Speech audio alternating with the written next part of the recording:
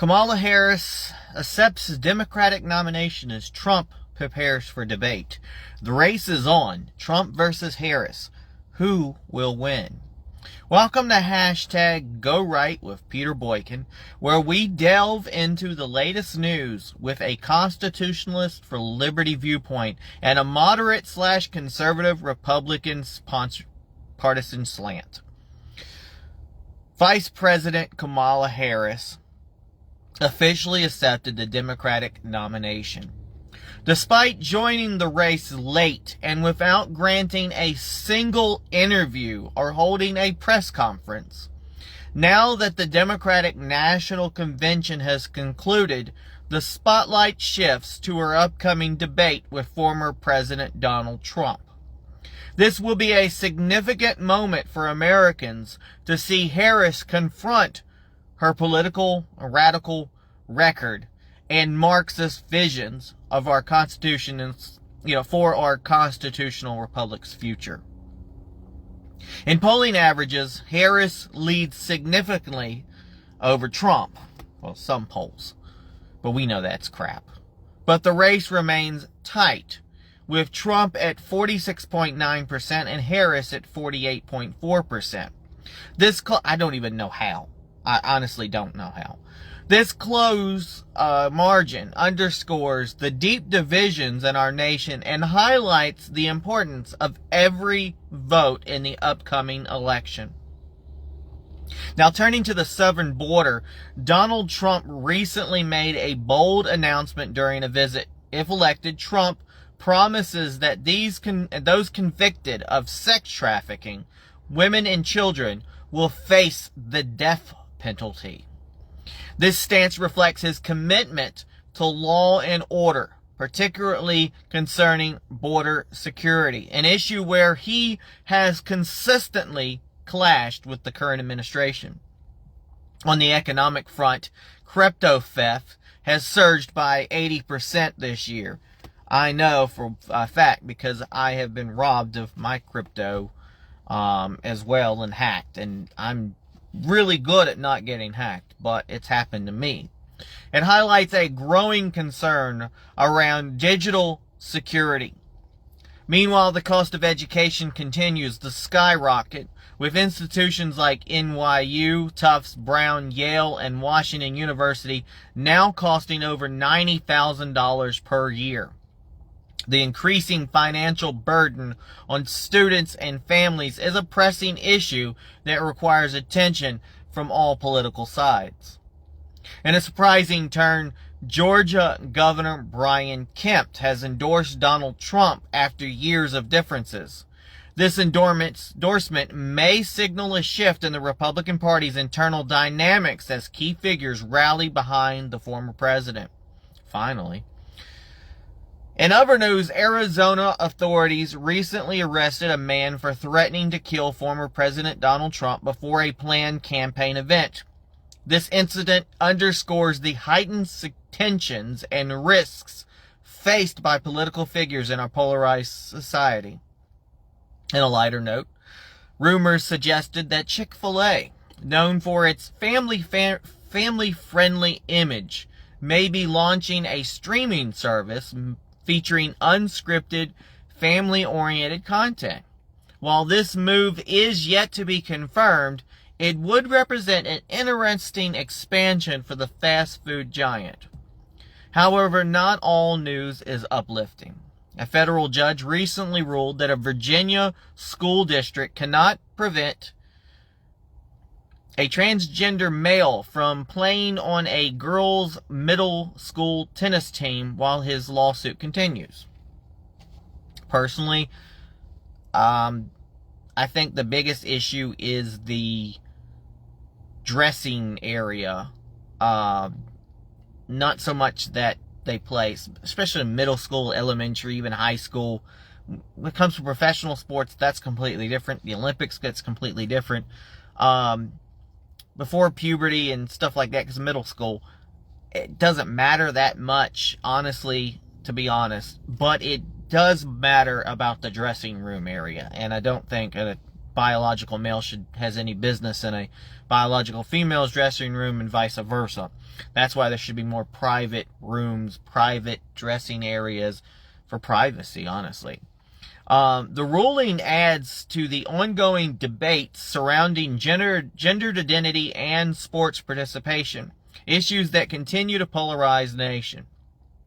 Now, in the business sector, Jack Daniel's Whiskey has reportedly decided to end its diversity, equity, and inclusion program following a boycott threat. This decision reflects the growing pushback against corporate policies perceived as catering to political correctness over traditional values. Though I don't have a problem with diversity, equity, and inclusion. And I do think companies should have programs like that. But what happens is when they push these programs so much that they are excluding people, now pushing for other people and then excluding, and then it causes no more equality. That's the problem. So I don't like that corporations are scared of DEI because they've used it in the extreme. I do want to work for a company that has no problem with me being a gay male or somebody being black or etc., etc. We don't want companies to start being afraid of diversity, inclusion, and acceptance of others. So we have to be careful not to go too far, which is another reason why I'm a constitutionalist for liberty and I'm a moderate. Moderation is the best key. Meanwhile, the Ford Motor Company has canceled plans for an electric 3-row SUV, opting instead to develop hybrid models. Great. Hybrid works. Electric solo is BS. Now, this shift comes as car manufacturers adjust to lower than expected demand for electric vehicles.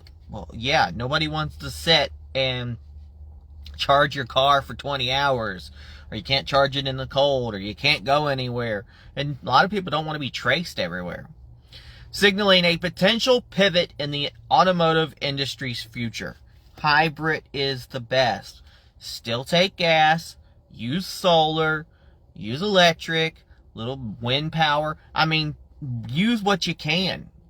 But it needs to be hybrid. Hybrid again. Again, it all comes down to politics. If you say the left is electric and the right is gas, they're both extremes on how you can power things. But if you go hybrid, that's moderate. That's finding a mixture, a compromise of using gas and electric or solar or wind or whatever, and you've come out with a better product that not only can save energy, but still have what's needed to in emergencies or to go longer distances. It works. Moderation works, folks. It will work in hybrid. Now, former President Donald Trump responded in real time to Vice President Kamala Harris's speech at the Democratic National Convention. Trump criticized Harris, stating, quote, "She's done nothing for 3.5 years but talk. And that's what she's doing tonight. She's complaining about everything but doing nothing." He went further to accuse Harris of enabling foreign powers to grow stronger while neglecting crucial issues at home. This reminds me of some show was on yesterday. You know how all these talk shows during the day. And there was one that a lot of times they seem to be even, but for some, I was listening in the other room and they were like swooming over the DNC. Oh, Kamala here. Oh, this is wonderful. Oh, this is wonderful. And then there's a guy on the show, and I was like the 4 Connect or something. It's one of these shows. I always thought the guy on there was a little bit more moderate, right wing, and possibly gay. He could be a gay for Trump. He stated, "Look, we get it. You talked about Trump in the convention like 412 times. I've been counting. But when are you going to talk about real things like the economy or fixing things? What are you going to do about, I can't pay bills, people can't pay bills, what people are going to do?" And he said it was like, somebody's got some sense. But you know what? They brushed him. Like, well, that's nice. And they mushed him to the next segment real quick. It's like, come on, man. Just like ignore the problems. Ignore the problems. Just like Kamala Harris, the border czar, ignoring the border. Problems are there. As long as I have to pay attention to them, there's no problem. There's no problem. As long as it's not sitting in front of my face. It's like ignoring the spilt bucket on the floor and just walking around it. I didn't say anything. Doesn't clean up the spill. Doesn't fix the mess.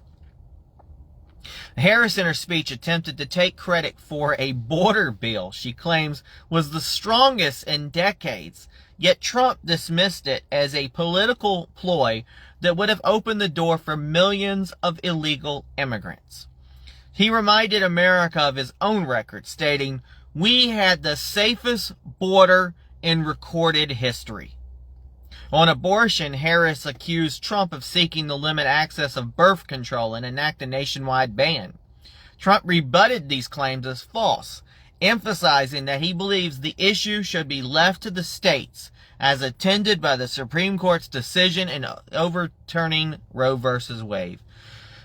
Because we've already heard the Democrats don't believe that the Supreme Court should be the law of the land, because right now, they don't have enough liberals in there to pass the bills. They had no problem beforehand, but now that they've lost some of these decisions, or they're being re-examined, all of a sudden the Supreme Court people should be replaced, and they should have more liberals, and we're not going to pay attention. It's like, nah, I'm not listening.